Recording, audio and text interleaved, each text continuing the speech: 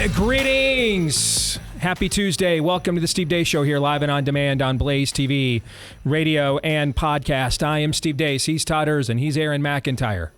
We are brought to you by our friends over at First Cup Coffee Company, the Christian-owned Patriot Coffee Company that stands for core values like faith, family, and freedom, just like you. And if you want to give them a shot or try it again, you can do so with a discount when you go to firstcup.com and use the promo code DACE.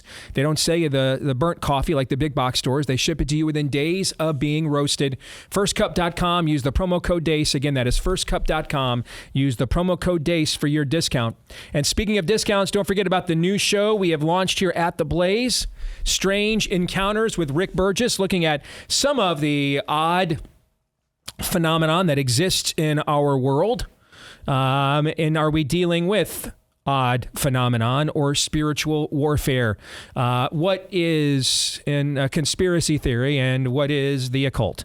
Rick gets into all of that with Strange Encounters, available to you right now when you go to blazetv.com/Deace. That's blazetv.com/Deace. You can take $20 off your subscription, in fact, if you use the promo code DACE when you go to blazetv.com/Deace. And you won't just get Strange Encounters from Rick, but you'll get all of the exclusive content, including our overtime that we do, all of the exclusive content that we offer for you every single day at blazetv.com/Deace. That's blazetv.com/Deace. Blaze TV, unfiltered, unafraid, on demand. Just $8 a month is what that works out to. 26 cents a day. I mean, a lot of you are spending $8 a day on the big box coffee we were just talking about, right? Well, now you can get it with a fantastic information, news, and opinion source instead. At blazetv.com/Deace, use the promo code DACE to get that $20 off discount. All right, coming up on today's show, the bottom of the hour, with the president being up on Capitol Hill, we still good to go? That all still lined up with Congressman Chip Roy? All right. Green light. All right. So we're going to get Congressman Chip Roy. We're supposed to join us while we were in D.C. And about 3 weeks ago, but we just couldn't get the timing of his schedule and ours to sync up. Well, this actually worked out even better because the president was up on Capitol Hill this morning trying to, close the Republican caucus to pass his big, beautiful bill. So Chip would have been in there. And one of the arms that the president is trying to twist. So we will talk to Congressman Chip Roy coming up about that process and where it stands and how things went this morning. We'll do that here coming up at the bottom of the hour. Next hour, for fake news or not, there are a lot of news reports out about what new Pope Leo XIV has said about unity within Christendom, Papal Authority, who's the rock of the church. How many of these reports are true? How many of them are just misunderstandings of what Catholics really think?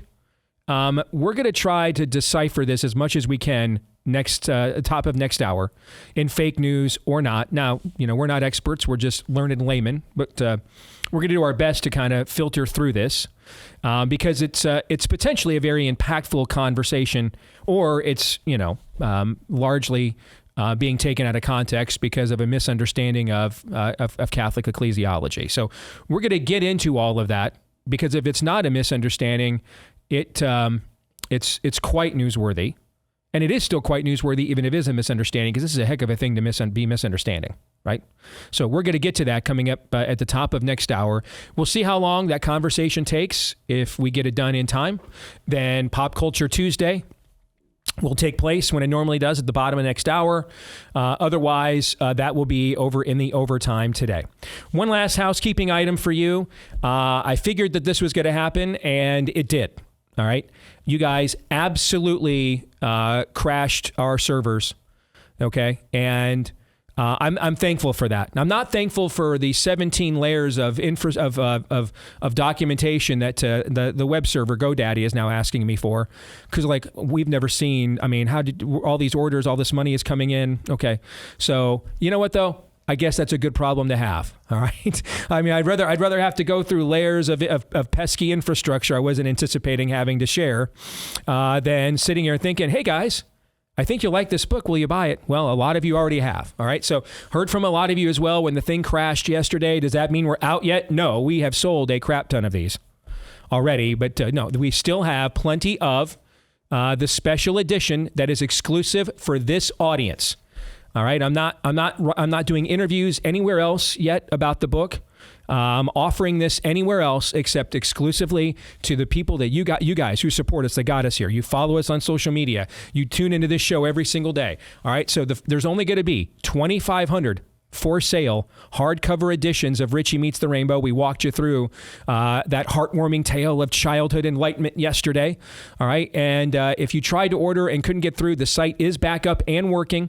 All right. This special edition, these will all be personally autographed by yours truly. I'm signing each and every one. These won't even be book plates. Actual live signature on all 2,500 of these, $40 a copy. And this is kind of our GoFundMe effort in order to fund the production of this book for the rest of the general population when they get a soft cover for sale to them coming up for the most demonic time of the year, a little less than a month from now. Okay. So if you want your copy of Richie Meets the Rainbow, the only exclusive Pride Edition, hardcover, full-sized versions we're ever going to have, and there's only going to be 2,500, go to richiemeetstherainbow.com, and Richie is RICHIE, richiemeetstherainbow.com. That's richiemeetstherainbow.com. I mean, a ton of you already have. And it's amazing how many books we sold the first 24 hours, given the technical glitches we've had to navigate here through, because the response was even beyond what we had hoped for. All right. So thank you guys for that. We are working through those problems, and thanks to you, those are good problems to have. All right. So you can now, the website's back up and working. richiemeetstherainbow.com is where you can go. Again, there's only going to be 2,500 of these hardcover, full-sized editions ever sold with my signature on it. And that's it. And they're going to you guys first. richiemeetstherainbow.com, RICHIE, richiemeetstherainbow.com.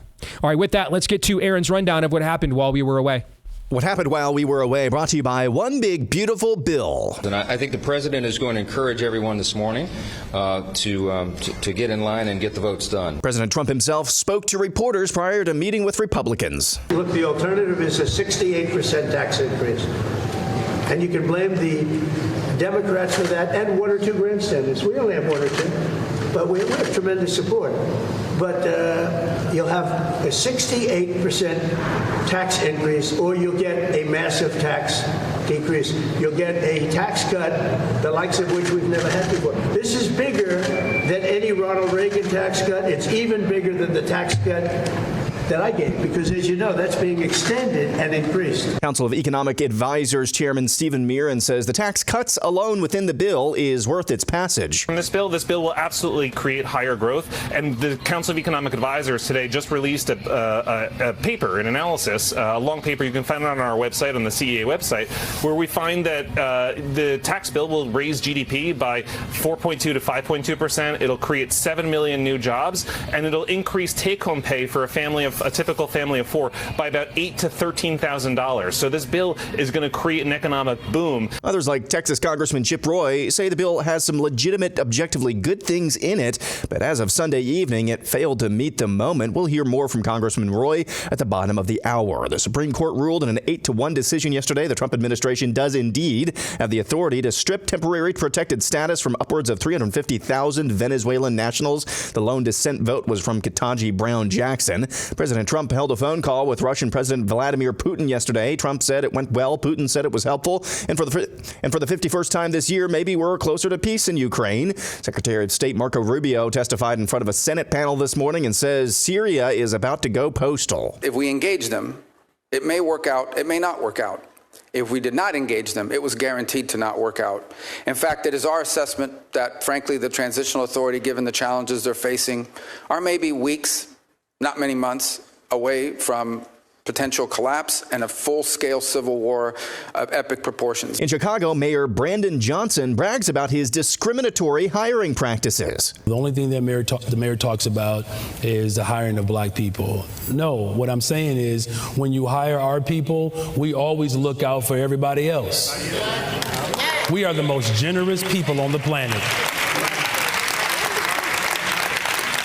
I I don't know too many cultures that have play cousins. That's how generous we are. Well, U.S. Assistant Attorney General for Civil Rights Harmeet Dillon says, say stupid things, win stupid prizes. The DOJ is now investigating the city of Chicago for violations of the Civil Rights Act in their hiring and contractual processes based on Mayor Johnson's comments that you just heard. U.S. Interim Attorney for New Jersey, Alina Habba, is dropping charges against Newark, New Jersey Mayor Ross Baraka after he and a cadre of foaming-at-the-mouth Democrats attempted to storm an Immigration and Customs Enforcement detention facility in New Jersey for oversight. However, U.S. Attorney Habba is pressing felony charges against Congresswoman LaMonica McIver. Habba says Congresswoman McIver assaulted, impeded, and interfered with law enforcement. If convicted, Congresswoman McIver faces prison time. You can see her in the red jacket here in this video from @BrickSuit on X, shoving and elbowing at least one ICE officer. Governor Permission Structure, your thoughts? Donald Trump's modern-day Gestapo is scooping folks up off the streets. They're in unmarked vans wearing masks,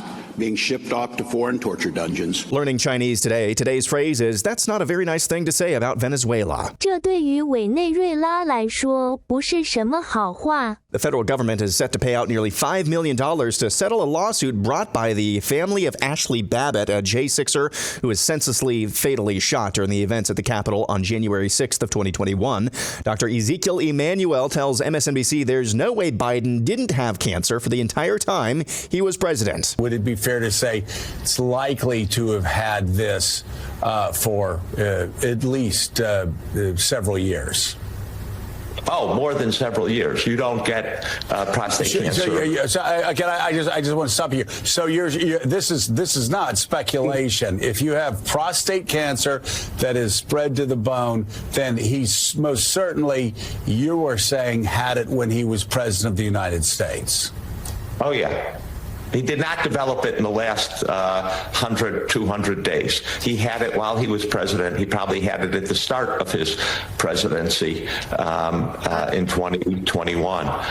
Yes, that I don't think there's any disagreement about that. And finally, this from the Babylon Bee. I've been a Nazi as long as I can remember. I believe all the standard Nazi stuff. I hate minorities and undesirables. I think Aryans should rule the world. The Third Reich shall rise again. All the classics. But it's not as fun to be a Nazi anymore.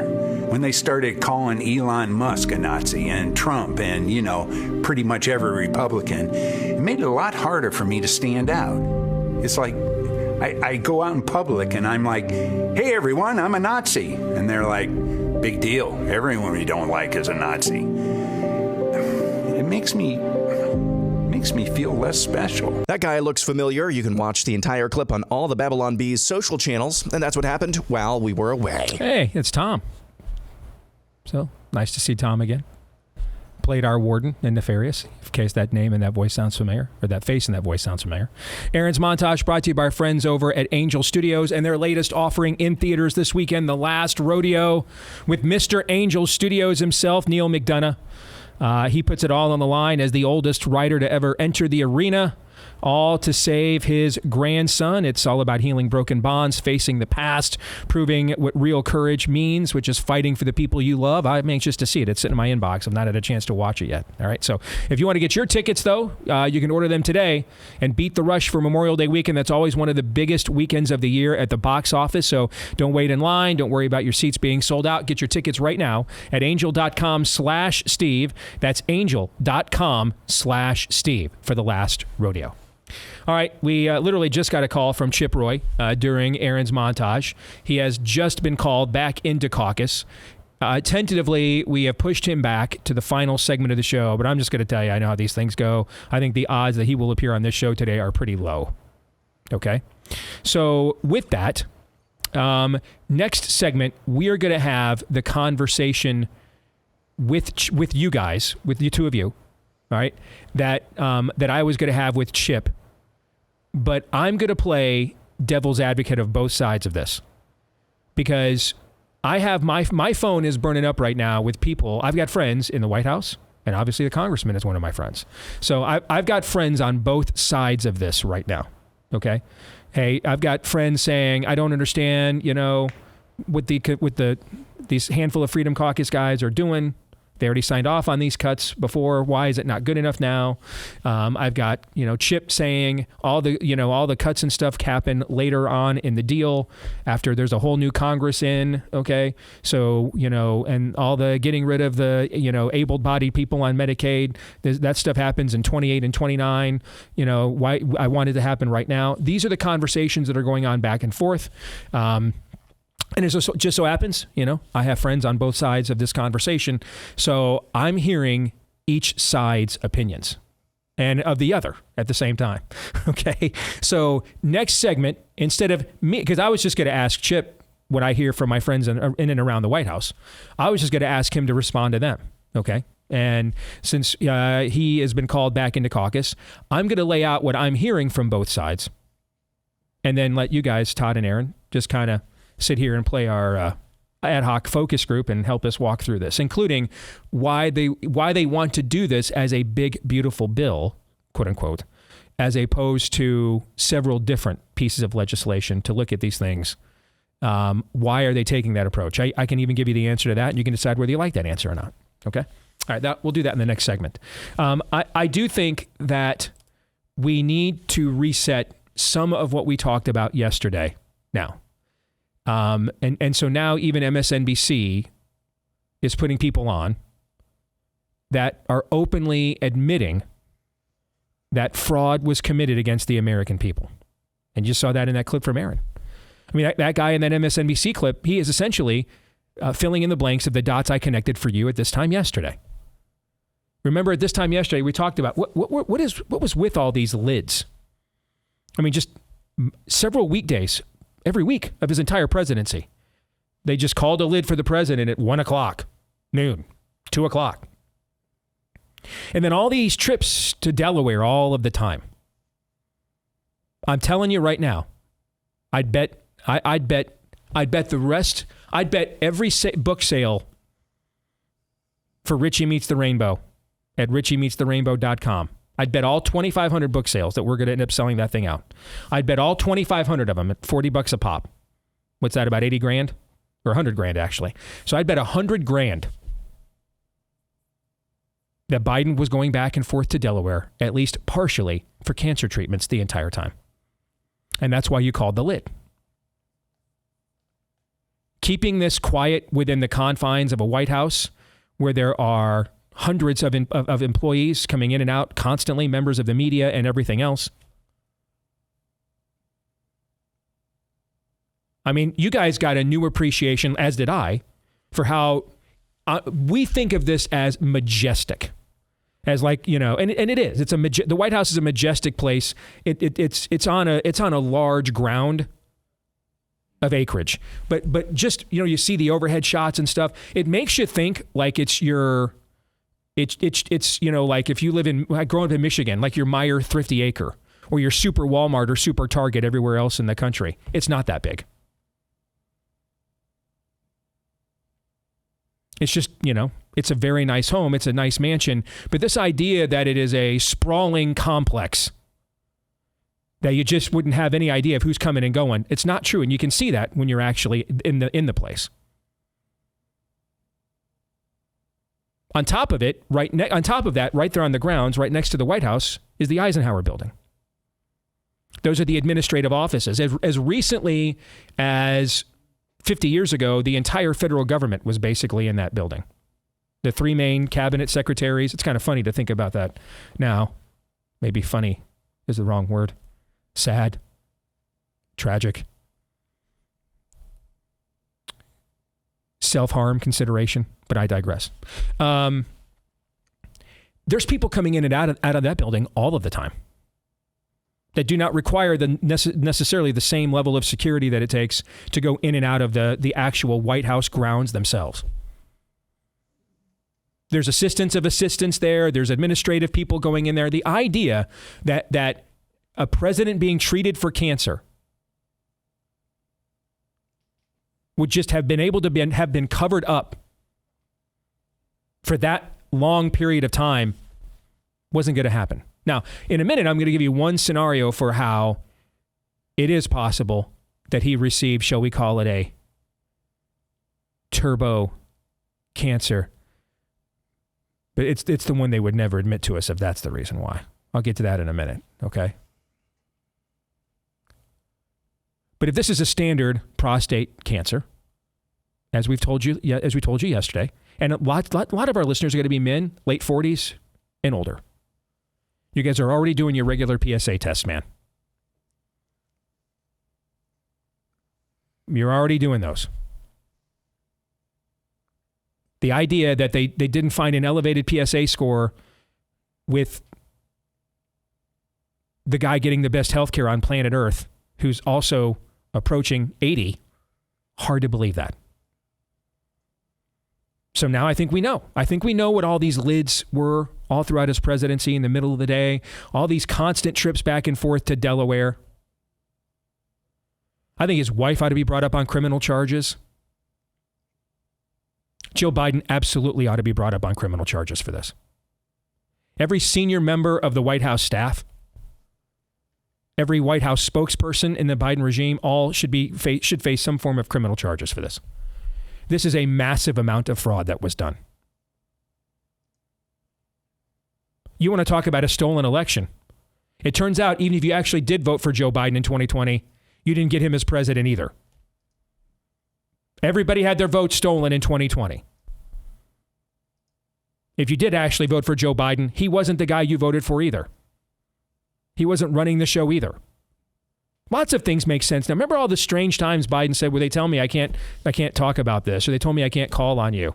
You know, we'd point that stuff out in our meeting. They'd like, ha, ha, ha, ha, ha, laugh it off. Remember that? Mm-hmm. Doesn't all this make sense now, does it not? Oh, everything. Everything fits into place now. Now, go ahead, Aaron. Dr. Drew made multiple media appearances yesterday, Dr. Dubinsky, and said that this androgen deprivation therapy that is common for treatment for cancer or something like that, all of the side effects of that, falling, mental acuity drop, confusion, all of this, everything that we've seen from Biden, everything. The Venn diagram is just a circle. There's one other reason that isn't a similar, well, it'd be a different kind of cover-up, brother. There's one other reason why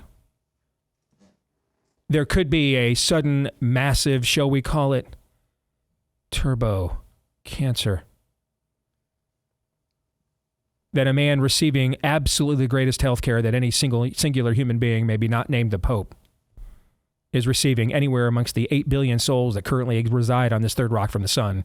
And somehow, even though they can detect it amongst the average 52-year-old drywaller, they somehow didn't catch it from the President of the United States until after he left office and it became, quote-unquote, aggressive. There is another option. The jab. Turbo cancer is a well-documented, in various forms, is a well-documented adverse event from the jab. Now, that might conflict with some of our own audience's conspiracy theories, because I know a lot of you are convinced they never injected him with that thing one time. Okay? But either way you look at this, they lied to us greatly. Either we're being lied to right now, and the adverse event rate for the COVID vaccine is not high. It's just higher for any other vaccine we've ever done. And it's high also when you consider it's roughly about 8% a serious adverse event, which means 91, 92% of the people that took it did not receive a serious adverse event. Something requiring a serious adverse event that can range from death to hospitalization to just having the need of a follow-up medical appointment. The amplification of a chronic condition. There's a wide range of what a serious adverse event means. All right, but it means more than your heart rate went up your resting heart rate went up to 115, as it happened to one of my friends, by the way. Actually, it happened to the guy that used to own this company. His heart rate went up to 115 when he got the COVID vaccine overnight. And then it went back down. That would not be considered a serious adverse event. But they'll never tell us the truth if that's the reason why. So that's probably not the reason why. But we can't rule it out. It's the only legitimate reason you could come up with that somehow this went undetected until it became aggressive. So either then they just don't want the most high-profile adverse event in the history of the toxic jab to be revealed. Way more likely, and I don't say this very often, but way more likely what is true is what that guest on MSNBC said, and I don't say that very often, but way more likely what is true is that he had this the entire time. And I'm just telling you, it would explain a lot of the cognitive impairment, a lot of the man's pushing 80. He is battling cancer. Even if he's a kept man, it is still a highly stressful environment. What kind of world are we living in? And when you're presenting us this option, that's actually the more optimistic point of view. Correct. And it's the world in which we now currently reside. It is where we are. And people absolutely, this isn't just, MAGA Splicer 14 on X, with a meme for an engagement farm talking point. People must go to prison for this. This is the greatest fraud ever perpetuated upon the American public. We have no idea if at any point in time the guy that they stole an election to make the president was ever actually doing the job. We have no idea. We have no idea. And many of his orders and many of his pardons were signed with an auto pen. We don't know. We have no idea who was calling the shots for the country that holds the largest weapon of mass destruction arsenal that's ever existed in the history of our species. We had no idea who was making those decisions. Think of things like, remember just little things now that were innocuous annoyances at the time. Do you remember like right before he left the White House? You'll remember this because this hits at the heart of your family. Remember right before he left the White House, the Department of Ed under Biden just all of a sudden put out this ruling on Title IX? And that any form of NIL payment for football and men's basketball players, the same exact amount of money will have to be given to the women's rowing team. Do you remember that? Yep. And we're like, what? Who came up with that order? Especially because you knew that would be one of the first things once Trump's Secretary of Ed was put into place. They would just repeal that the very next day, right? Who's making those because those, by the way, that's happening at the beginning of a fiscal quarter. You're taking all these athletic directors and university presidents running all these nonprofits called universities and saying, and oh, by the way, you're going to pay the women's rowing team the same amount of money as the starting quarterback on your football team that 100,000 people come to see every Saturday. People were in a freaking panic over this. Why would you do something like that? Who's calling the shots? Who's running this thing? We don't know. Ladies and gentlemen, it's not a conspiracy theory. It's not a cynical statement. All politicians are bought and sold. We have no idea who was running the most powerful country in the world and making the very decisions that determined where power went and how it was spent for the last 4 years. We don't know. That's a point of no return for a civilization. Gentlemen, your thoughts? What we do know is that, and even the people who did it now, the consequences for dealing with this directly in the fashion it requires are so stern that that's probably going to paralyze a lot of people. I mean, these are enemies of the state kind of stuff. This is exactly why Jake Tapper is suddenly. Instead of being Goebbels Tapper, he says, I've been a man of the people all along. They know that treason was committed. They know. And everybody, even people who are frustrated by it, who are on Trump's side, realize a deep wrong was done. Here's the thing. We haven't been grown-ups for so long. Very, very few people are prepared to do what must be done. The consequences. Why do we ask all the time? There aren't any?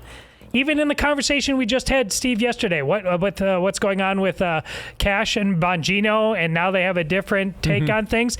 It's ultimately because I think the level of consequences that must come down on the head of so many people may undo this entire thing we call America. They're going to get away with it. 100% they will. There it is. Because this is, I mean... 100% they will. And if we're at a position where the administration helmed by the guy that they tried to put in prison over an alleged minuscule $25,000 payoff to a porn star 10 years before he ever ran for president, okay? And he's going to go to prison for 94 years for that. But the same administration can't put these people in prison for this level of fraud globally. Then I just don't know where we go from there at that point. I really don't.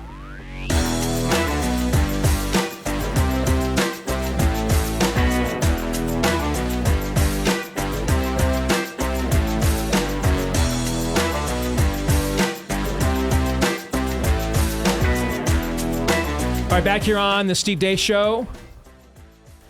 And we are powered by our friends over at realestateagentsitrust.com in these unprecedented times. Bing. And I'll tell you what's unprecedented is I'm up to now, I counted them yesterday on my walk, my second walk, because I'm doing 75 hard. So 6, count them, 6 for sale signs. I even saw one brave soul put a for sale by owner sign in his yard. And I'm thinking, I want that dude's T level.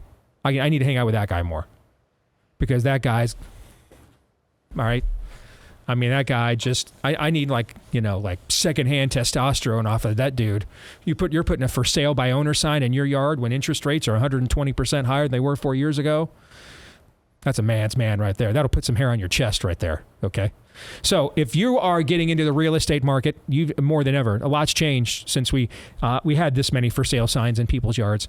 Make sure you've got an agent that you can trust to guide you through that process. We're going to help you find that person where the name says it all. realestateagentsitrust.com. That's realestateagentsitrust.com. We'll get you connected with an agent from either where you are or where you want to go. Track record of success is vetted and proven. A lot of times they come from right here in our audience at the Blaze as well. At realestateagentsitrust.com. That's realestateagentsitrust.com. All right, I'm gonna estimate 10% chance that Chip's meeting in the caucus this morning will be done in time for him to join us 1 hour from now. Can I introduce a point of order? You bet.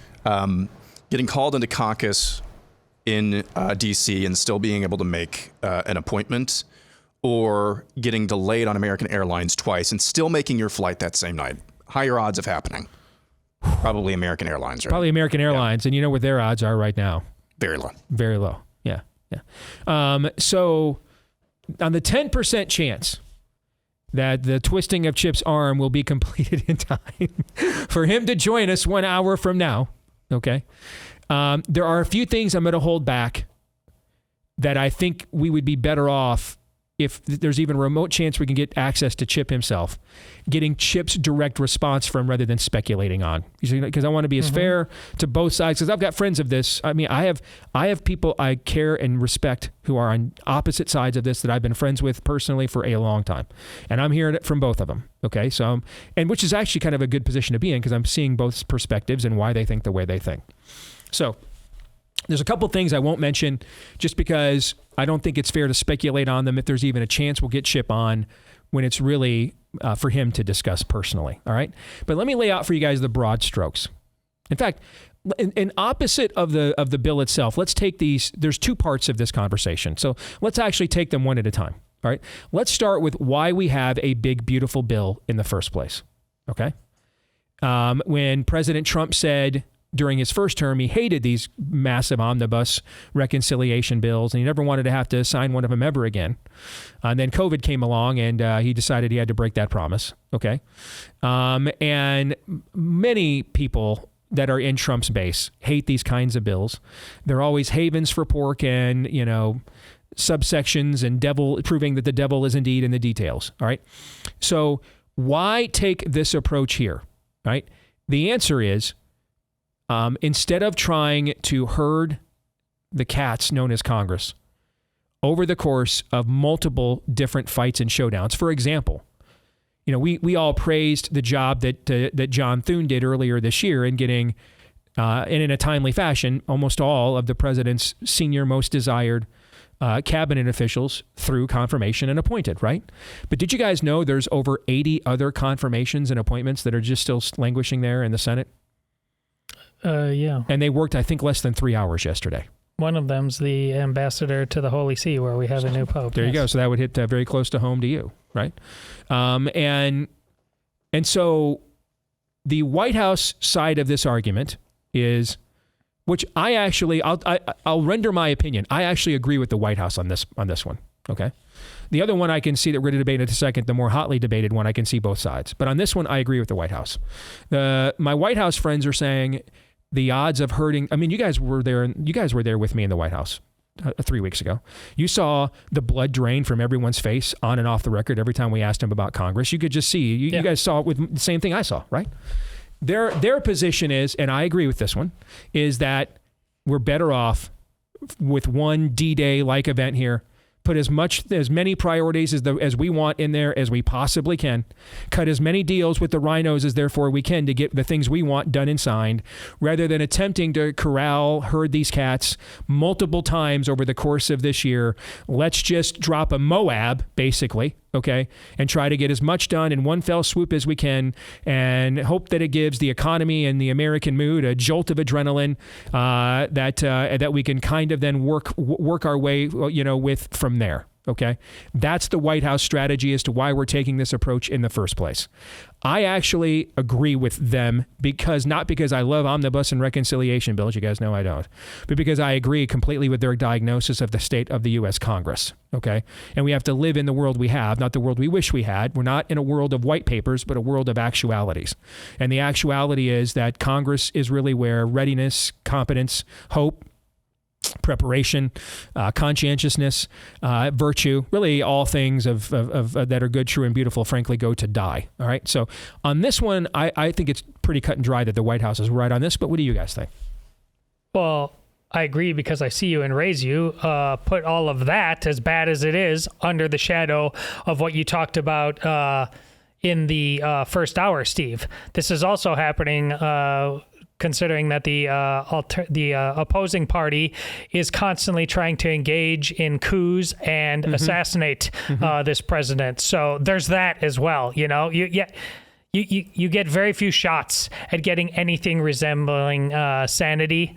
So it makes the more sense that the more times you spin that chamber, you're going to lose the red bandana game. So I understand why you're saying what you're saying.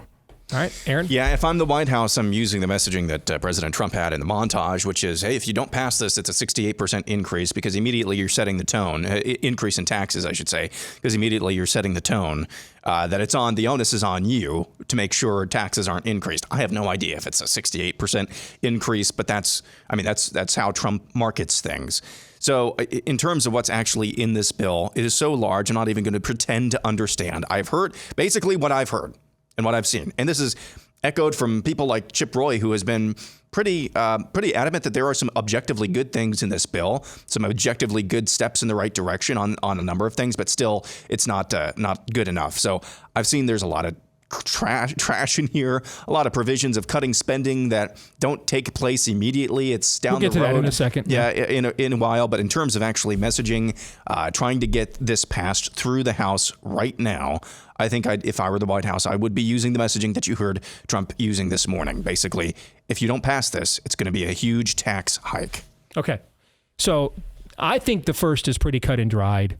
I'll respect if you have a different opinion, but I didn't think we'd have much disagreement on that. So let's talk about the second point, where I will tell you probably I'm right now, wherever the last person I talked to is pretty much the position I'm holding, because I can see both sides of this. All right.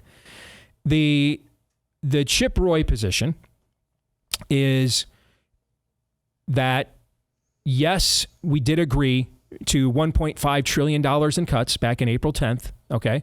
And that's the number that this beautiful bill pretends to attempt.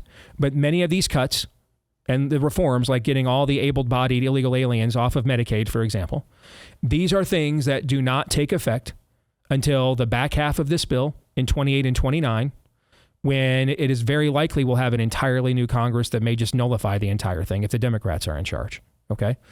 And so this will end up being, it'll be a better version of it. But if that remains the case, this will be the same bait and switch we've been doing for decades, like when Bush violated his no new taxes pledge to sign a massive tax increase. And it was going to be $1.80 was spent for debt reduction for every dollar in new taxes, and that never happened. It's the same thing that's just happened our entire lives, that they won't deliver on this stuff. Okay. Now, the White House side of this is you guys agreed to the $1.5 trillion. We met your target. We did what you guys asked of us. Okay. And we don't think we can get to 218 votes doing what you want. Okay. The reality is that there are 3 or 4 times more Main Street rhinos than you guys in the Freedom Caucus. So tell me what you guys can do better that would get 218 votes. You guys can't ever tell us that. And you heard Trump kind of say that a little bit today in his frustration with Thomas Massie, saying, we always ask him what he wants, and he just sits there and says, I'll vote against it. I mean, so that's the White House's frustration is tell us then what you guys want that you think 218 members of Congress will vote for. Otherwise, your opinion's irrelevant. However, the Freedom Caucus guys respond with, you're right, there's 3 or 4 times more Main Street rhinos than us, but you've only got a 3-seat majority, so you need us, because it only takes 3 or 4 of us to not vote for this, and it ain't passing. So you're right. It sucks that you've got more rhinos to your left to cater to than us, but you have to cater to us to some degree because you don't have a majority to withstand even a handful of us saying no to this. Okay? And so this is the standoff we are at as of this morning. Chip is back in a caucus right now. Okay. So maybe some of those things are being worked out as we speak. That's why some of what I've been told, I'm going to hold back on until we have a chance to hear from Chip directly, because things may have changed with the president coming there and events of the last couple of hours. But as of this morning, with the president on the way to Capitol Hill to get this done, these were the lines that were drawn from my righty friends that are both in and around the White House, and also Congressman Chip Roy. Your thoughts on this? My thoughts are that even in the Senate, it's not Ron Johnson. He was on the show and said the same thing. But why do I have to try so hard to convince people that why don't we just go to pre-COVID spending? But that's like he's speaking at, like he's a Jehovah's Witness, or when he says to people, they're not wrong. But I think the simple fact of the matter is that everybody needs to be thinking about what happens post-Trump. We on this very show, out loud, over and over and over again, you saw us trying to deal with what this Trump reality is. It had seemed impossible at times, but he won this historic game of King of the Mountain. And that's the thing that you have to understand, whether you're running for office right now, whether you're in office right now and you're arguing for things. And you have to find a way to stay around when you disagree with him, so that when Vance, he's successful enough that when Vance is president, there's a new horizon ahead and different conversations can be had. But I think that's the way you need to think about things, because Trump, quite frankly, has earned the right to put a very, very heavy hand on the scale. And he's not always going to be right when he does that. But we need the people who are right, like Chip Roy, to be around in 3 years as well. All right. Aaron, what do you think? I don't have any inside information here. I'm just going by what I'm seeing. And I think the messaging from Congressman Roy reflects that, because I think he understands that as well. I don't have any inside information. I'm just analyzing what I've seen in media appearances from Congressman Roy, is that he is very overt, or very intentional, I should say, in making sure he highlights parts of this bill that are good and objectively move things in the right direction, while at the same time pushing for even more things the way it should be. So I hate using this analogy. I think either you're going to shoot me, the both of you, or catch on spontaneously combust. Basically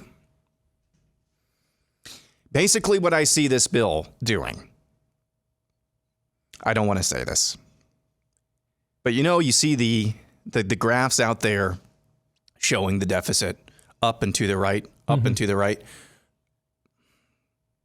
We're trying to flatten that curve. You're not going to say that. Yes, you said it. You said it. You didn't catch on fire. I didn't. That's a plus. I'm dead inside. I can't. I'm dead. It's just in all seriousness, guys, I mean, every single conspiracy theory of the last 4 years of the Biden presidency is now confirmed.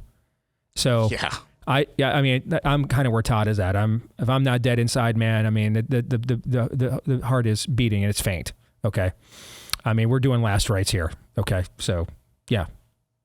Flatten the curve seems as legitimate to me as anything else right now after the last few years. Okay. I don't even have PTSD about flattening the curve anymore.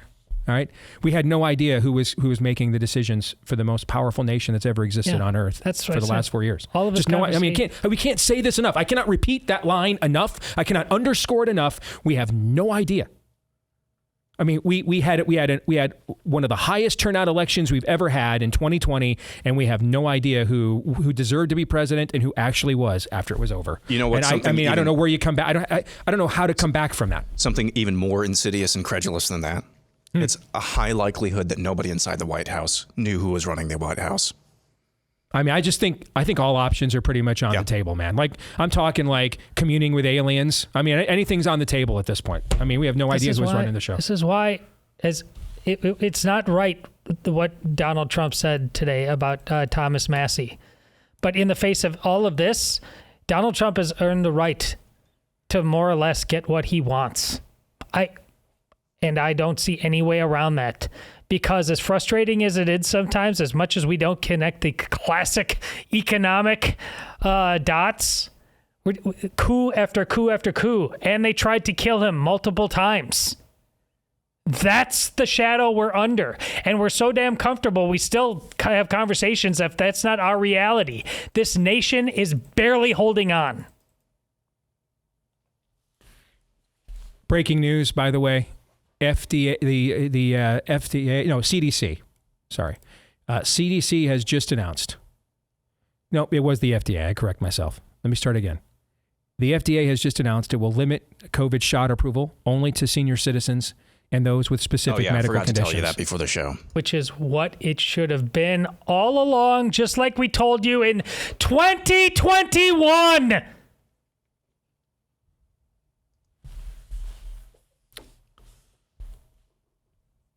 But thank God. I'm not comfortable just growing up in a home where I had no idea if my own dad was going to beat me or beat up the world for me on a daily basis. I'm not comfortable putting eggs in a singular basket. I'm a total depravity kind of guy. Okay? So the idea of everything that you just said a few minutes ago, at any previous point in my career, I would have bristled at that instantly and pounced on it. Okay. Had a reflexive, reaction to it, like anaphylaxis. Okay? Because those were different verbal times. Anaphylaxis. Okay. They were different times. But given where we are now, listen, my heart is with the Massie side of this argument, but I just don't see, if he's not going to budge on this, to me, the worst case scenario for all of us is that he takes a big L here. I don't see, because I think that hinders his credibility and stature on several other things globally as well that we need him on. I wish we don't have a backup plan. We just don't. We just simply don't. Hour 2 is next.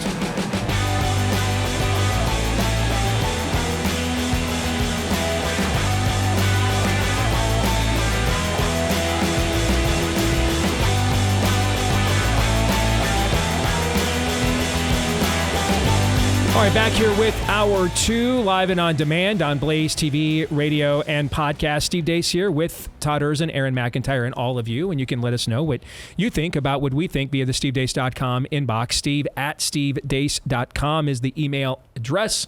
That's DEACE. You can email us there. You can like us on Facebook, MeWe, and Gab. Follow me at Steve Deace Show on X, Instagram, and TikTok. Please don't forget as well to subscribe to our new YouTube channel at Deace Show on YouTube. That's at Deace Show on YouTube. And then finally, if you are a podcast listener, thank you so much. You're the biggest part of our audience. So particularly if you're on Apple iTunes, please leave us a 5-star review, whether you're on Apple iTunes, Spotify, any of the podcast platforms that carry the show that you prefer. Those definitely add up and help to grow the show. We appreciate each and every one of them.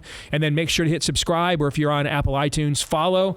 And that makes sure that every time we do a new episode, it shows up there in your feed every single time. All right, and this part of the show brought to you by our friends over at Voice of Judah Israel. Friends, they want you to know that your generosity to this Messianic ministry there in the heart of the Holy Land has been incredible. You guys have helped bring critical aid to over 1,200 vulnerable Israeli families a month in just the last year.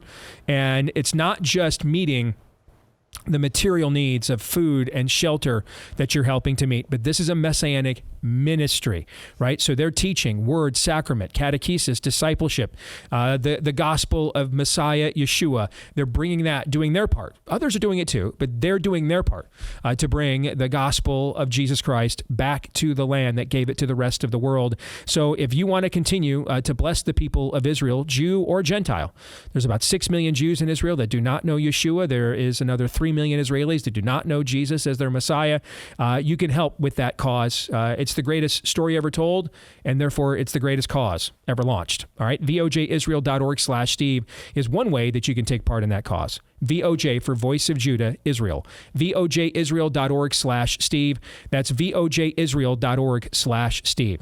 And then, yes, again, I want to thank those of you who created the hours of problems we had yesterday, all right, because you guys, your response to Richie Meets the Rainbow, after seeing the first preview reading of it at this time yesterday on the program, was so overwhelming that you crashed the site.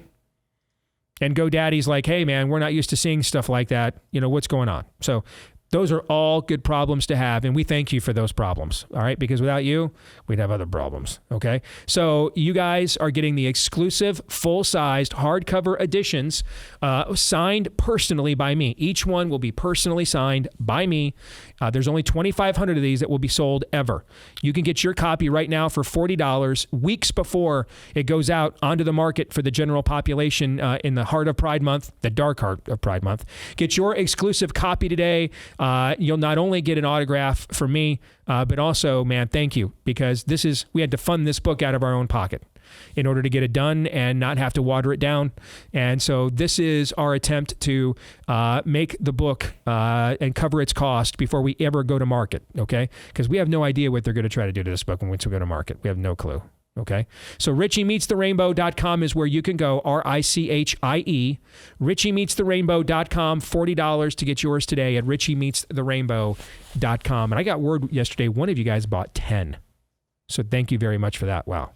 RichieMeetsTheRainbow.com. Perhaps they're pulling a Faucian bargain and clandestinely placing them in certain key that did happen. Places around their community. That did happen. By the way, you know who made the largest bulk purchase of Faucian bargain?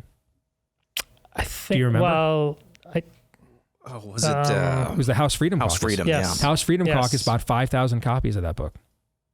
Yeah, they made the largest bulk purchase of Faucian bargain was the House Freedom Caucus. Right? It'd be really fun to like donate them to church libraries. You know, like the ones with the purple-haired lesbian pastors. This is what I'm saying. Yes. All right. We are going to hold out hope, but I wouldn't, hold out too much hope. Okay.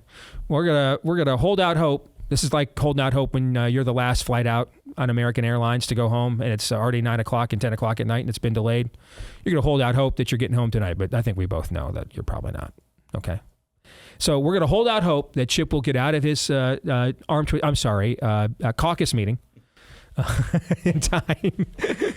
Chip's shoulders must be very limber right about now, right?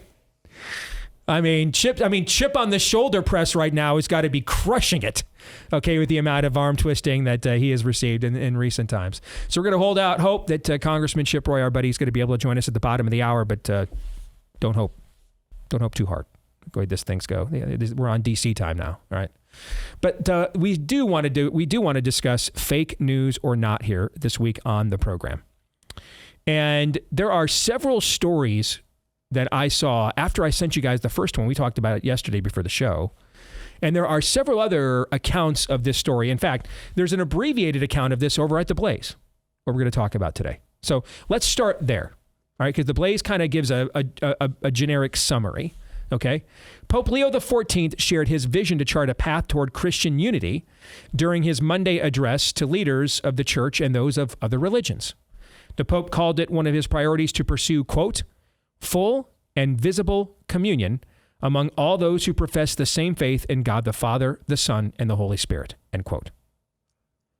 Meaning those who hold to traditional Christian orthodoxy, or the way I have always categorized this on my show is the church in capital letters, okay? What are the things that Christians, even in the midst of wanting to slit each other's throats, metaphorically, still held on to and agreed throughout the centuries, okay? The Blaze continues, while legacy media leaned into the presumption that the Pope would urge solidarity among divisions in the Catholic Church, he used his Monday address to reaffirm his vision for uniting all Christians and fostering peace across faiths. The Blaze quotes Pope Leo XIV as saying, quote, "Indeed, unity has always been a constant concern of mine, as witnessed by the motto I chose for my sorry, I didn't mean to do that, Todd. Yeah, that's good. Oh. Yeah, that was dude, I'm an evangelical. It's like, okay. For my Episcopal ministry, small e, okay? Nobody wants to be an Episcopalian. Everyone's going to fight over being called an Episcopalian right now. Or you might as well just call me a son of the devil while you're at it, okay? Let me try this one again. Indeed, unity has always been a constant concern of mine, as witnessed by the motto I chose for my Episcopal ministry, an expression of St. Augustine of Hippo that reminds us of how we too, although we are many, quote, in the one that is Christ, we are one, end quote, the Pope said. All right. His recent message to church representatives amplified his Sunday homily at St. Peter's Square, during which he invoked Jesus' mission to Peter. Quote, we see this in today's gospel, which takes us to the Sea of Galilee, where Jesus began the mission he received from the Father to be a fisher of humanity in order to draw it up from the waters of evil and death, the Pope stated. Walking along the shore, he had called Peter and the other first disciples to be, like him, fishers of men. Now, after the resurrection, it is up to them to carry on this mission, to cast their nets again and again, to bring the hope of the gospel into the waters of the world, to sail the seas of life so that all may experience God's embrace, end quote.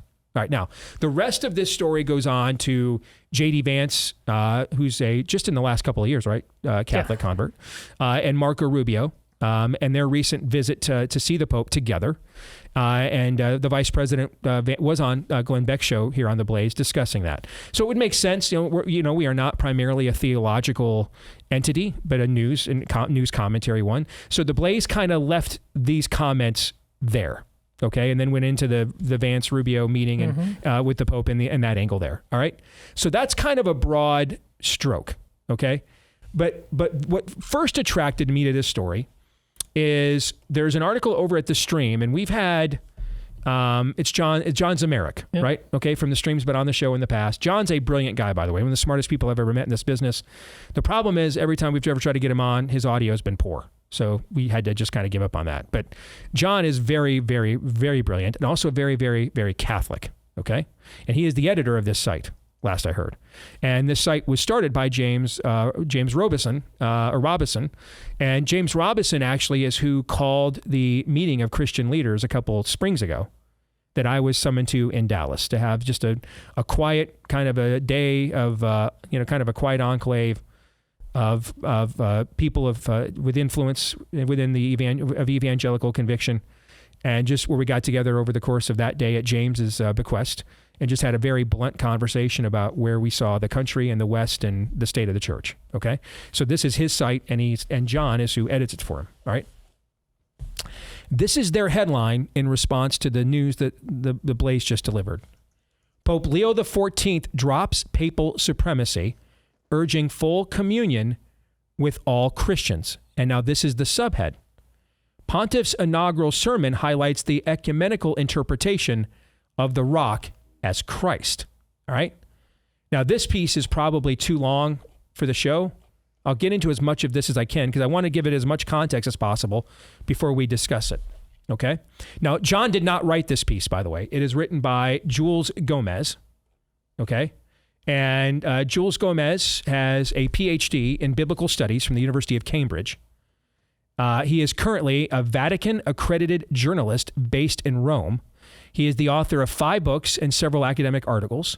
He's lectured at both Catholic and Protestant seminaries and universities and was a canon theologian at the Liverpool Cathedral, which I'm guessing is probably Church of England, I'm guessing, or is that you guys? Do you know, Todd? At Liverpool Cathedral, I've never heard of it. Okay, so maybe that's Church of England then. Okay. So here's what he writes. I'm going to get to as much of this as I can, okay? Before I belabor the point and bore everybody. In his trailblazing inaugural sermon, Pope Leo XIV pointed to Christ rather than Peter as the foundational rock of Christianity, using the term sister Christian churches to mark his desire for ecumenical unity. Quote, love and unity, these are the two dimensions of the mission entrusted to Peter by Jesus, Pope Leo XIV told about 150,000 Catholics, as well as reps from Protestant and Orthodox churches who gathered in the square for his inaugural Mass last Sunday. Leo noted that, quote, the Apostle Peter himself tells us that Jesus is the stone that was rejected by you, the builders, and has become the cornerstone. So this is Christ quoting in the Psalms, the stone the builders rejected has become the cornerstone. Some interpretations say the chief cornerstone, okay? And this is actually what is often quoted by Protestants who say, no, Jesus is the rock the church is built upon. They'll quote from that verse, for example, okay? Moreover, and this is again quoting from Leo XIV. Moreover, if the rock is Christ, Peter must shepherd the flock without ever yielding to the temptation to be an autocrat, lording it over those entrusted to him. The pontiff emphasized, as in a significant departure. Now, this is what this guy with a PhD and a lecture on Catholic and Protestant circles is saying. Quote, in a significant departure from conventional Catholic interpretation, which identifies Peter as the rock on which Jesus built the church. Now, this interpretation comes from when Jesus says to the disciples, who do the people say that I am? And Peter confesses, you are the Christ, the Son of the living God. Okay? And Jesus says, not by flesh and blood that this is revealed to you, but by the Holy Spirit. And upon this rock, okay? Because by now he has given Peter a name, and the name he has given him is Cephas, okay? And Cephas is Aramaic for rock, okay? And this is the name, right? I have this right so far? Yeah. Okay? And he has given him this name, which translates into Aramaic, which would have been the common language spoken by, either Hebrew or Aramaic would have been the common language spoken by first century Jews in Jesus' time, okay? And he says, and I say I say this to you, Cephas, rock, that upon this rock I will build my church, and not even the gates of hell will prevail. Okay, and he is saying this, and so Catholics have interpreted this to mean that the rock, therefore, is Peter. Okay, the first bishop of the early church. Now, what's interesting about this is Jesus says this when the disciples, and he and the disciples visit this out of the way place before he goes to Jerusalem for the final time, called Caesarea Philippi. Right. And Caesarea Philippi was a very, very pagan era, very debauched era. It was very wealthy. A lot of senior officials and retired senior officials and military officials in Rome would vacation there, retire there, spend their final years there. And the deity that was particularly popular in first century Caesarea Philippi was Pan, P-A-N. And Pan looks like something right out of a horror movie. You looked up Pan online. If you Google that, all right, you're going to get, this is like right out of a demonic ritual in a horror movie, like the half animal, half goat, half human figurine. I mean, Pan is like right out of central casting, okay? And like every other pagan system, Pan was the male god, the chief deity, and there's always a female consort, okay, for sexual lasciviousness or, for the harvest, for the crop to come through, for your wife to get pregnant, all right? And so in Caesarea Philippi, the largest altar that was built to Pan was a giant stone basin. And it was referred to by the locals at the time as the rock. They would all go down to the rock to worship Pan. And what would go on there, let's just say there are things that good Jewish boys should never see or comment on. Extremely lascivious, extremely debauched acts, orgies, things of that nature. Okay? And so you have that as the backdrop also. Christ is also saying to disciples, this debauched revelry that you can hear going on in the background, that you know happens at this place over yonder here at this rock. Okay? We're going to see the church. We're going to even build it over this. Even the places where you think this is the absolute darkest could possibly happen and no light could shine, we're going to urban renewal even these kinds of places, right? So there's a lot of different themes and discussions happening here all at once. But this is one of the largest arguments that Protestants and Catholics have typically had, is over what is the literal meaning of this aside from the broader contextual application, okay? So he is quoting, he is quoting Pope Leo XIV saying, quote, moreover, if the rock is Christ, Peter must shepherd the flock without ever yielding to the temptation to be an autocrat. Same quote we used in the place, right? Lording it over those who entrusted this to him. and that the pontiff emphasized in a significant departure from conventional Catholic interpretation, which identifies Peter as the rock on which Jesus built the church.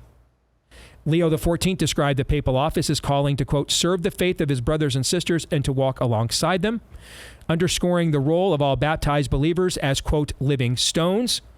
Okay, now this would be out of the Protestant Reformation. This would be the priesthood of every believer, for example. Okay, called to, quote, build God's house in fraternal communion in the harmony of the Spirit in the coexistence of diversity. One last thing, and I'll stop, because this article goes on and on and on, okay? The author of this piece says, quote, the new Pope's interpretation of Christ as the rock draws on patristic exegesis, which was brought to the attention of Pope Pius IX in 1870 by Archbishop Peter Kenrick of St. Louis, Missouri. Kenrick, alarmed by the promulgation of the dogma of papal infallibility at Vatican I, demonstrated that most of the church fathers did not believe that the rock of Matthew 16:18 was Peter. Instead, 44 fathers understood the rock as Peter's confession, 16 meaning that you are the Christ, the Son of the living God. And it's upon that confession now that the church will be built, because that's who Jesus is. 16 interpreted it as Jesus, the stone the builders rejected has become the cornerstone. 8 interpreted it as the apostles. Jesus looks at the apostles and says, you're going on to do even greater things than me. Okay. And a few believe that the rock to be the faithful, or the church itself. Only 17 of the fathers thought that the rock was Peter. Okay. Now, this has all kinds of things called the Bishop of Rome Ecumenical Study Document now we're written in stuff I don't even get that goes beyond my understanding. So let's stop there, because we're now at probably the limits of my knowledge of this debate that I'm comfortable presiding over. All right. So is everything I just read fake news or not? And Todd, you're the obvious person to start this one with, so we will. Well, is everything... First of all, did I do a fair job of laying this out for you? Oh, yeah. Okay, yeah. All right. Just wanted to make sure. Okay, go ahead now. Everything... I mean, this is the pieces... there's a sum of the parts argument here. Everything you just said is mostly factual, but it's in terms of the meta conclusion that's coming. I'm going to call the meta conclusion fake news. And I do this with much charity because I understand how everybody is on tilt. I was on tilt for 24 hours after Leo. There was another great article written. I can't remember who wrote it. I shared it on my timeline about how the people had a similar reaction right out of the gate to Leo as me. But I think we have to be very, very careful that we are not doing what is a tendency in this modern age to be the Barack Obama people we've been waiting for, and now suddenly, oh, look it, we're interpreting all this for the first time ever, better than anybody before us. All right, listen, I said a long time ago on this show, and I don't even remember the context, but we had a good conversation about it, like what's one of the greatest mistakes of Christendom, and I said the Reformation. And that could have been like an all, but I said from this perspective, the oneness it took us away from. And that's what Leo says, this is my motto. This is my goal, to bring us together once again. Well, how does that work? Steve, we just had a conversation about this budget and how, hey, in the different times we may be having different arguments and have different hills to die on.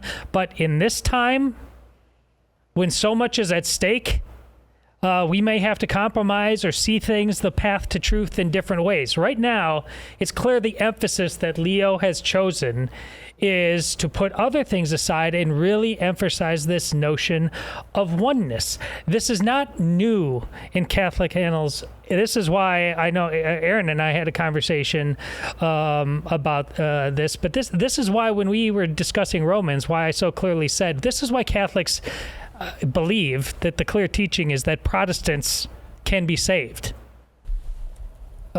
Because the fundamental relationship is, first and foremost, with Jesus Christ.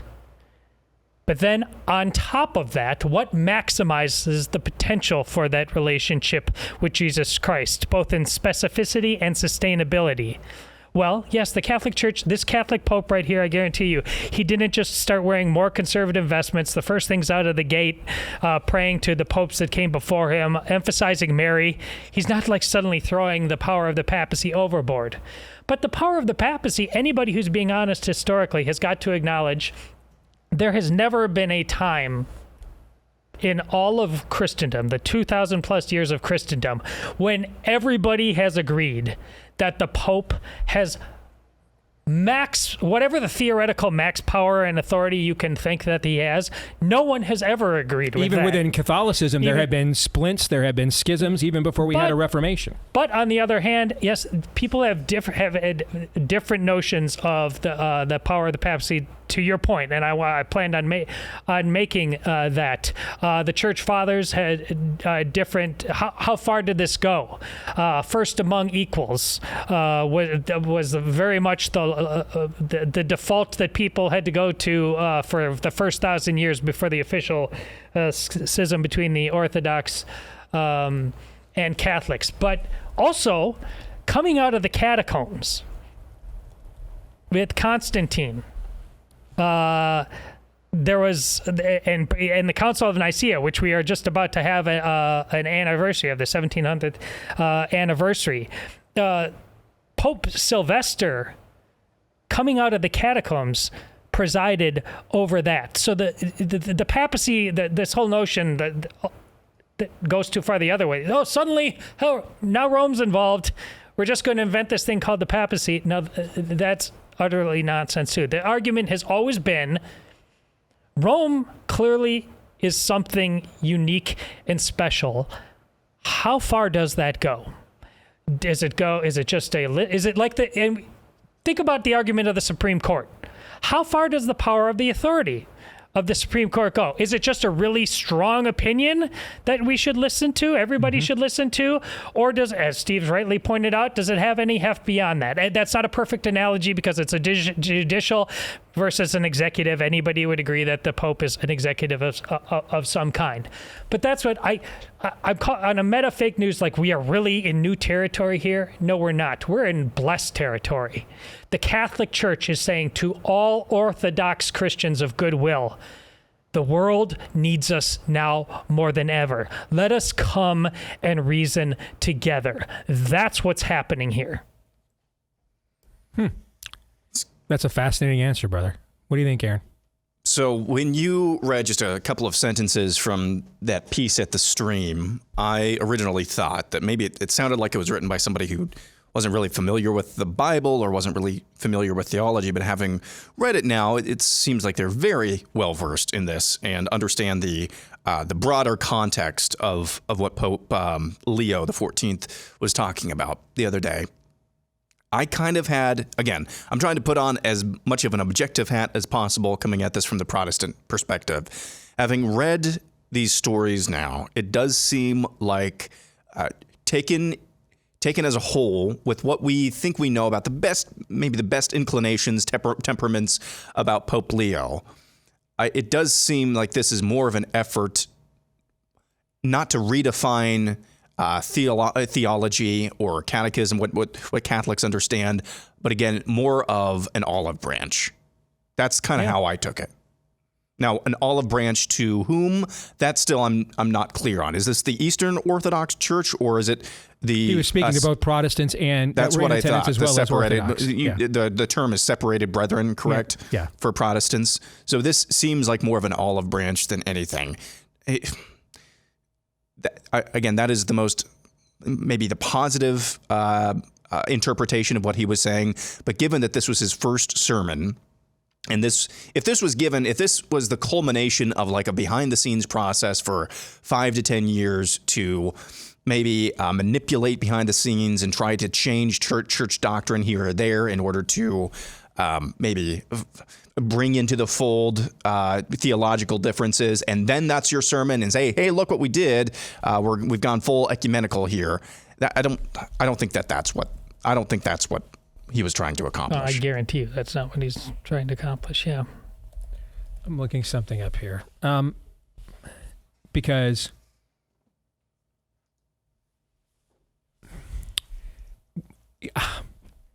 I think there's a fascinating conversation to be had, but we're up against the clock.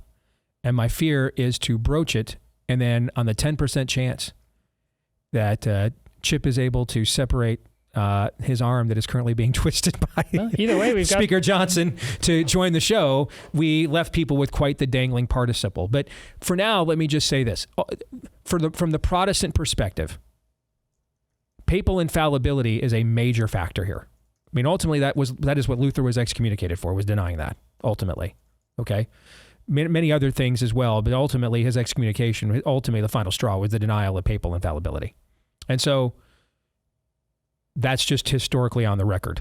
But how many Protestants today know what papal infallibility actually is? Correct. Almost none of them that come up in my time. And has it always necessarily even had the exact same definition, even within your tradition? There have been debates about its meaning and how far it goes. It wasn't codified until well after Luther's time. It wasn't codified until the 19th century. Yeah, correct. I think people probably don't know that. All right, but the reason why that goes here, and I think they are tied together, is because from a Protestant perspective, because if Jesus is the rock, okay, then at best from a Protestant perspective, the Pope is a highly appointed individual, but can absolutely be defied as any other pastor or teacher or a figure within the church who was clearly preaching and teaching things that were unbiblical and should be defied. Okay, that he doesn't have a level of authority that supersedes the explicit meaning of the scriptures. Catholics believe that too. And that's... But they also believe that in terms of the various interpretations of Peter and the rock, it's not as... It's amazing how it's not as nebulous as everybody would make it seem. It's the man's name was actually ceremoniously by the Lord himself changed to rock. So it wasn't just like we're throwing that word out there. And then at the very least, the first amongst equals, the book of Acts makes it abundantly clear for chapter after chapter. There was unique authority. Feed my sheep. So it's not turning into a nebulous language game here in the year of our Lord 2025. Like we don't have what scripture actually says and the pattern of behavior that lasted all the way through the catacombs until all of a sudden they do have authority. And there, sure enough, there's this guy named Pope Sylvester that is on the scene along with Constantine. This is what we do. Like, we need to have grown-up conversations again. Is there a historical record of Peter ever accepting the term Pope?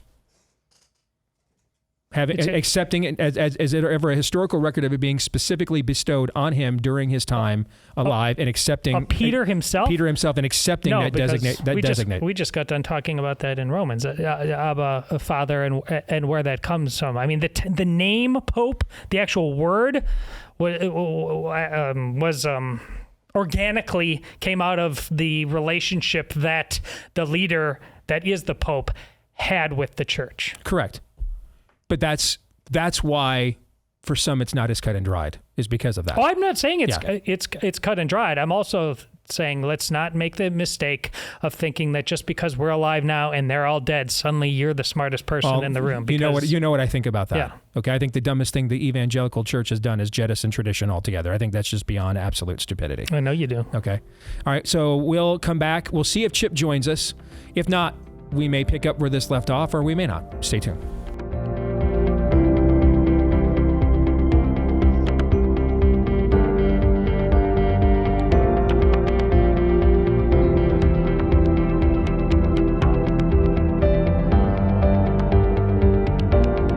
Back here on the Steve Deace Show, powered by our friends over at Deace Medical. You've heard of ivermectin, mebendazole. It's the medical compound right now that is trending on social media because people are anecdotally saying, hey, we are seeing some positive results with this experiment. It's helping to detoxify the body, to give it more strength, to bolster its defense against cancer. Again, we can't promise anything. We can tell you our good friend Megan Basham, she added it to her regimen in her cancer fight. That's still ongoing for her, so please pray for her. And she had seen some testing result positives, but she also wanted to know, hey, I'm still doing the conventional stuff too. I'm throwing everything at this I possibly can. All right, so we are in favor of that. We're in favor of throwing everything at it you possibly can if you get the dreaded C diagnosis, okay? So if you want to try this, you can get it from our friends at Deace, a 90-day supply. That's your fastest, most affordable option on the market. Get it for about 35% less than anywhere else, all right, with their special Deace case. It's the parasite use case from Deace, has the ivermectin mebendazole compound in it. You can still get the standard Deace case if you want. You can still expand it to the other specific things that you want. All that is still available, as well as this new option. And it's available at Deace.com right now, Jase, Deace.com. And if you use my promo code Deace at checkout, you'll get a discount on your order. Code Deace at checkout for a discount on your order at Jase.com. Jase.com, Jase, code Deace at checkout. As I feared, it looked like about 4 minutes ago we were going to get Chip, and then he was not able to detach his arm from Speaker Mike Johnson and the White House. So we are not going to get Chip. So let me do this, because I think we kind of had a split decision when we talked about some of the issues that Chip and the Freedom Caucus holdouts are having right now against the White House. And on the first one, the whole idea of doing a big, beautiful bill and trying to get as much done with this Congress as we can in one fell swoop, rather than trying to herd these cats on a regular basis. I think all three of us, to varying degrees, were supportive of that, right? It's on the other question where I think we would probably say our heart is with Thomas Massie, but the reality of the world in which we live is we just fail to see how anything good comes from our side here in this demonic spiritual war we're in right now by having Trump take an L here in the full view of the world. It just doesn't, he's the only general we have right now. So, you may not like where Ulysses Grant spends all of his nights on shore leave and how much bourbon he drinks for breakfast, but he's also the commander of the Union forces, right? Yeah. And anything that's therefore bad for him, if you're in the Union Army or if you live in a Union state, anything that goes bad for Grant is bad for you, right? It's kind of what we're saying in a way, okay?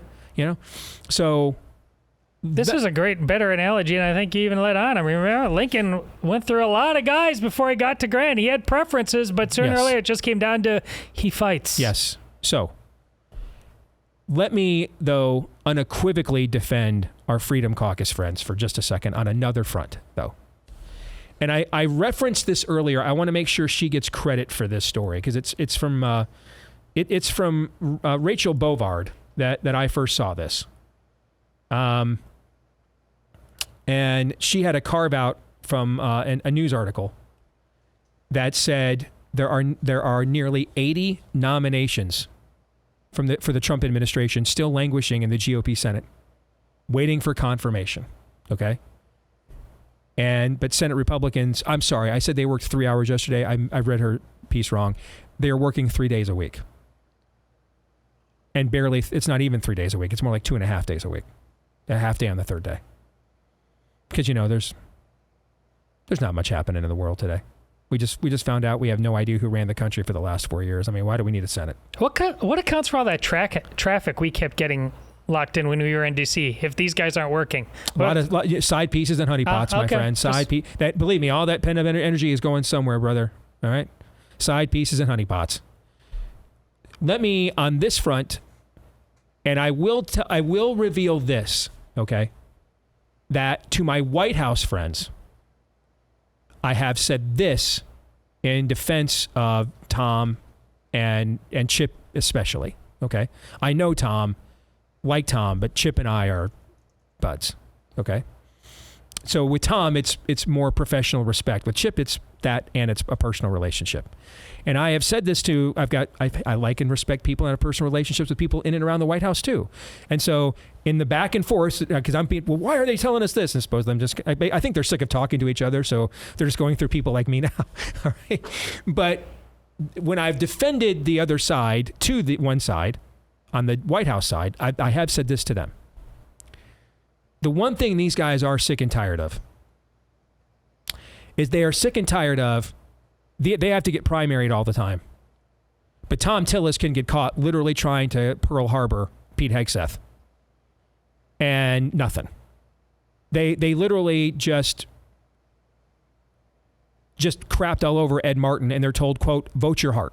That just happened like a week ago, right? And even my friends in the White House that are a little perturbed right now, they're like, yeah, you got a point with that. Okay? So, again, the president has negotiated way bigger deals than I'll even have an opportunity to even contemplate in my mind. He has forgotten more about deal making than I will ever have a chance to learn or remember, you know? And so I feel a little bit like talking to someone who's way more qualified at this. I have advice. Okay. It's like, hey, I've never hosted a show before, Steve. Never done this in my life, but I'm pretty confident. I know some things about this that you don't. No, you don't. Okay. So, but that doesn't mean though, that you don't see things that I cannot see and there would not be wisdom there, which is why I'll listen. And then if I think you're dumb, I'll tell you.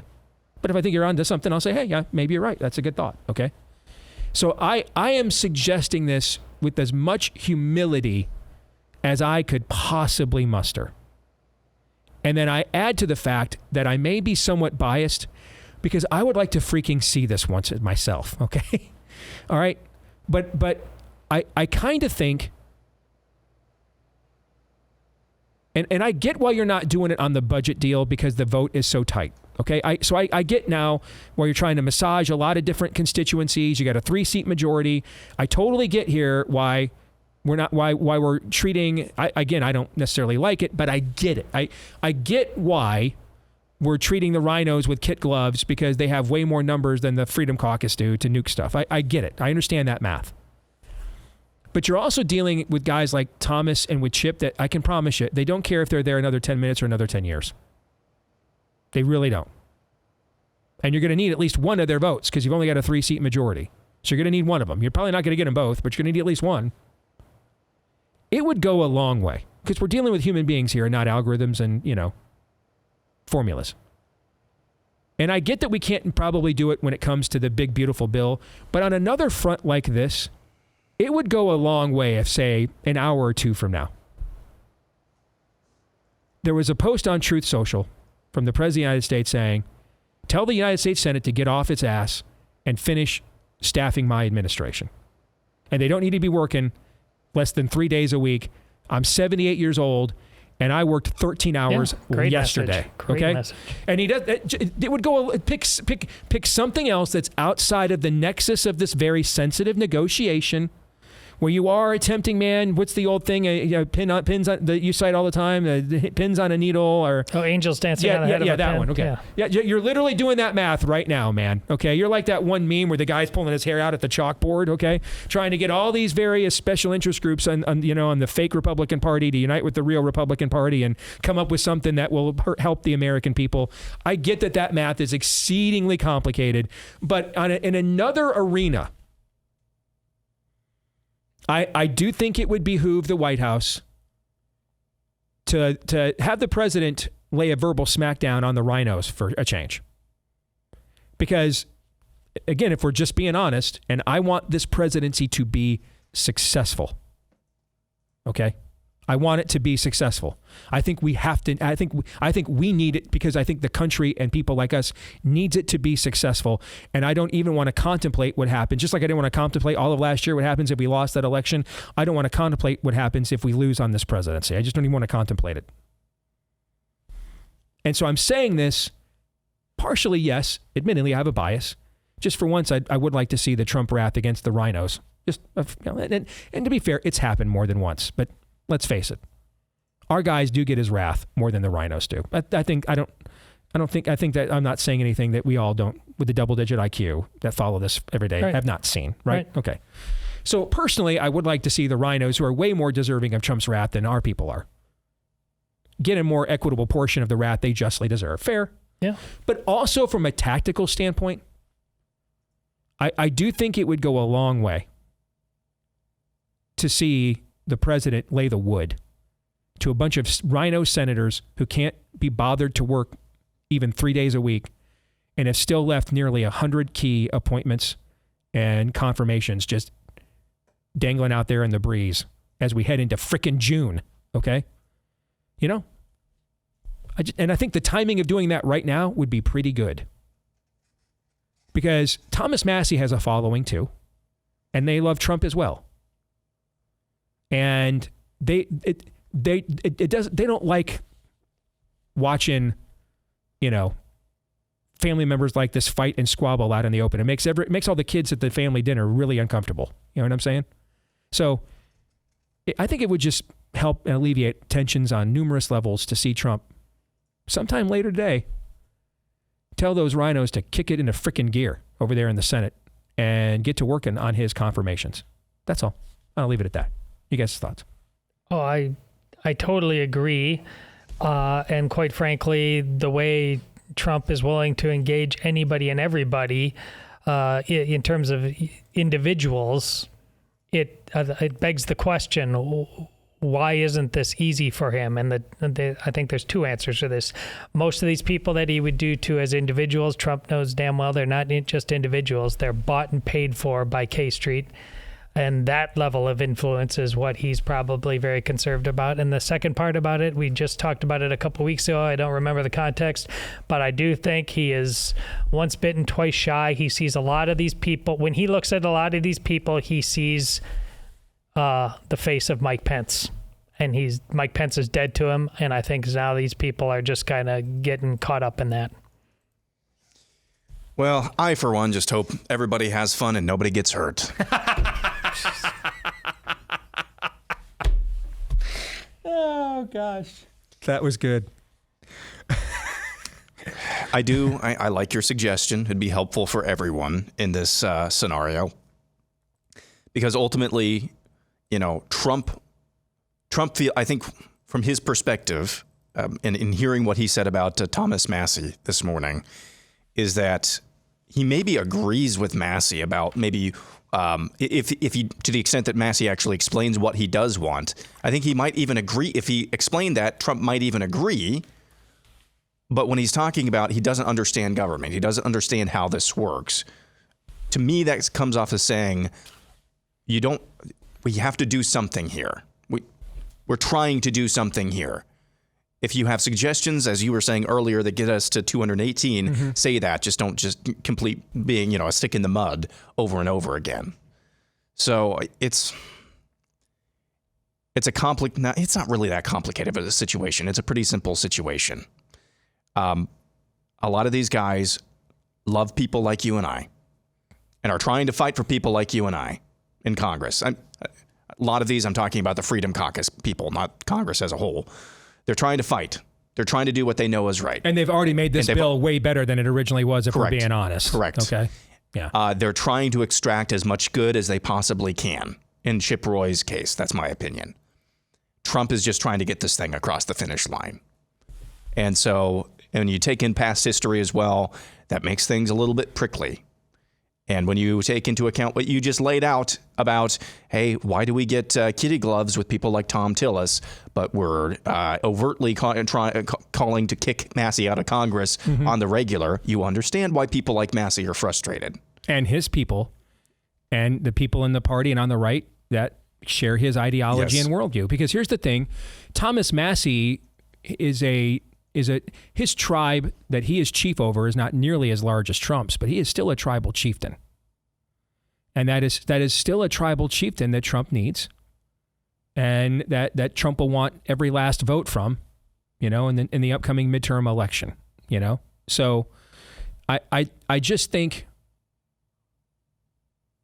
a more equitable distribution of the king's public angst, I think, just pretend I'm just, a quiet, in the backdrop observer and, unofficial counselor to the realm. Okay.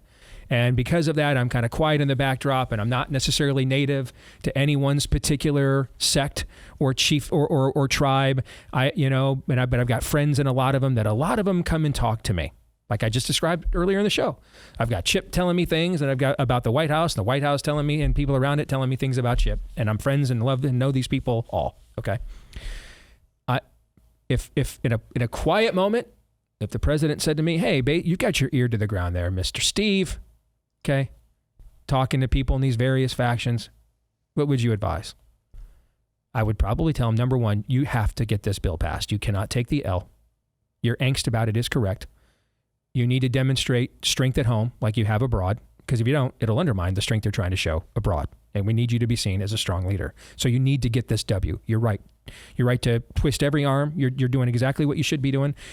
But might be a pressure valve over here that you could unleash a little bit to take some of the tension off.